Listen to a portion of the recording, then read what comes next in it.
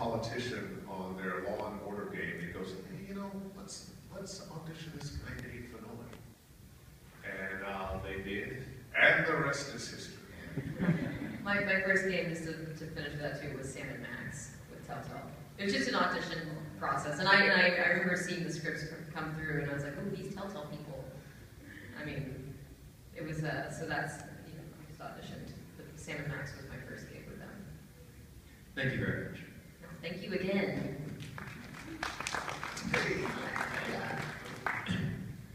Where's your Clementine at? I know, right? Somebody had it on over there. Oh, there it is. It is here, it's just not in my presence at this moment. It's in a golden box, being carried by, like, gods. As much as I love walking in, I just wanted to ask you guys more about voice acting. I'm always fascinated about how different voice actors get into character, because obviously it's a very emotional game. You know, there's a lot of scenes where you really have to be in the moment. So how do you work yourself up for that? Well, I mean, it's just like any acting role, whether it be on stage, on camera, behind a mic. It's just digging into your emotions, and like with The Walking Dead, it wasn't that difficult because we spent so much time with our characters. But in other games, we don't have a lot of time with your characters. It's, you know, it's just some characters are more multi-dimensional than others. Especially in games, sometimes once you have a voice and an attitude, that one voice, that one attitude works all the way through for everything. Not the same with The Walking Dead. I mean, there's whoever your character is has to go in a lot of different emotional directions. But it's knowing who that character is, what motivates that character, what does the character want, what is he afraid of, what does he love, what does he hate, how does he feel about himself, does he like himself or not like himself. Once you start answering all those questions and look at the relationships between this character and that, well, what's this relationship, then you start developing those nuances that really bring a character to life. Did they group a lot of your lines together based on the mood of them, like a lot of sassy lines? No. Really? No. That must have been hard. You know what?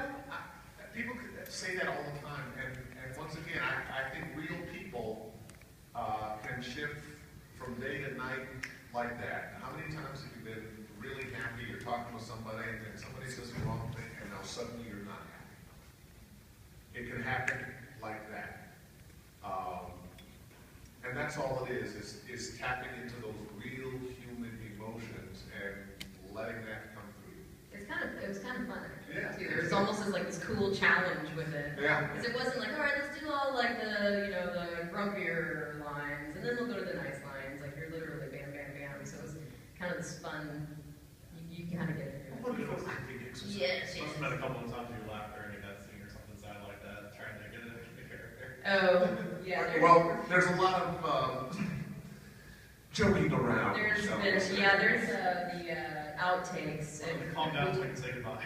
Yeah, if we had the outtakes, oh man, we had our hands on. I'm not sure we can play the outtakes in a family-friendly environment. Yeah, I know. I said something on Twitter recently. I think I said like, "Shit, I'm just gonna go ahead and say it. Sorry if I offend you."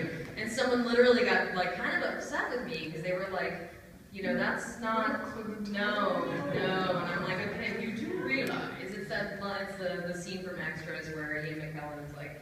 You do know I'm not a wizard, you know. I did not make up these words. Anyways, whatever, so. Hi. Your brain for so long and so passionate about the game. I have a blog about it, so Nice. I love it so much. You were the one on Twitter. She's like, don't say that word. No. Oh, cool. Oh, yay. I have a question again, one for each of you. In the Telltale's Twitch playthrough, which you both got to be a part of, in episode 4 playthrough, Gary would have mentioned that you read the script and your first response that you said in it was, does your mama know you're writing this? I had a few more expletives in there. Yeah, I sensed it. Yeah. Yeah, we were in studio. I read the line, I don't know who knows what Gary Wood is, but he swings back and forth between game writing and movies. He did the Book of Eli and After Earth. Yeah.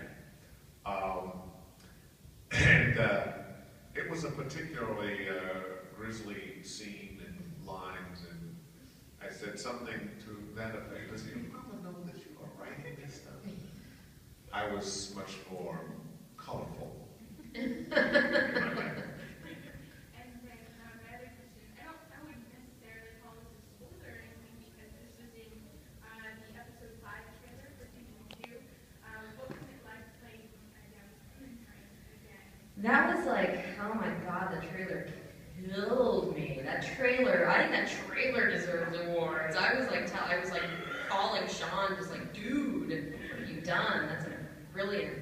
One of the writers, Pierre Choret, came up with that idea to do the flashback to Clem at her treehouse with the babysitter and her talking to her mom on the phone and recording it. Of course, I knew it was a cool concept, but when I saw it and with the other voiceover, I mean, I was just sitting there like, I mean, I was like super emotional because that trailer just in general was all encompassing. It was like season 1 to where we are and just that final shot where they put little Clem's face and all of a sudden it's like older Clem in the snow and you're like, oh my god, I still get goosebumps.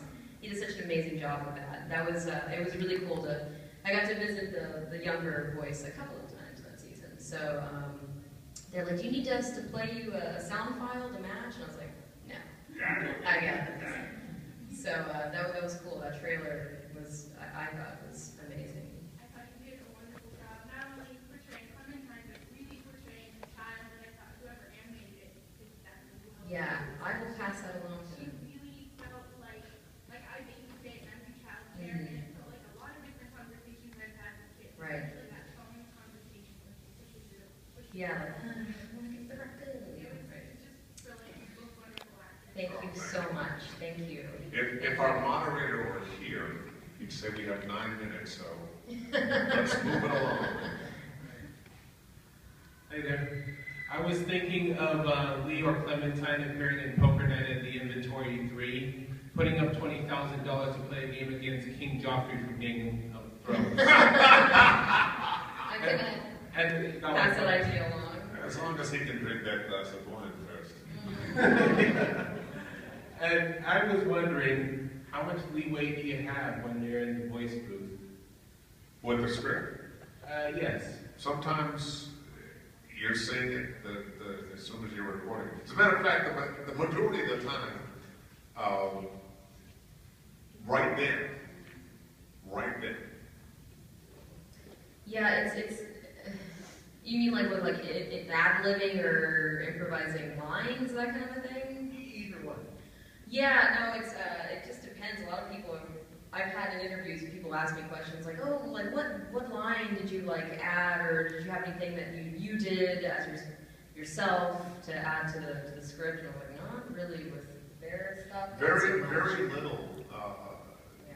I mean, you had the same experience I had in season 1 with line after line after line after line after line. And very rarely did you have to change anything. You know, some lines you change a little bit and maybe ad-lib something, twist something a little bit, but for the most part, the writing was just good. Yeah, it was insanely good. I have worked on projects before, Yeah, and of course my brain always freezes. Like, oh, you know what? This next take, just give me just start ad-libbing lines, and I'm like, it's not my job. No, I mean, I freeze. I like to say that ad-libbing sometimes is not my strong point. But so certain voiceover projects, they will have you just ad-lib and go for it. But with Telltale, they have those scripts pretty well nailed down to perfection. Cool. Thank you. You're welcome.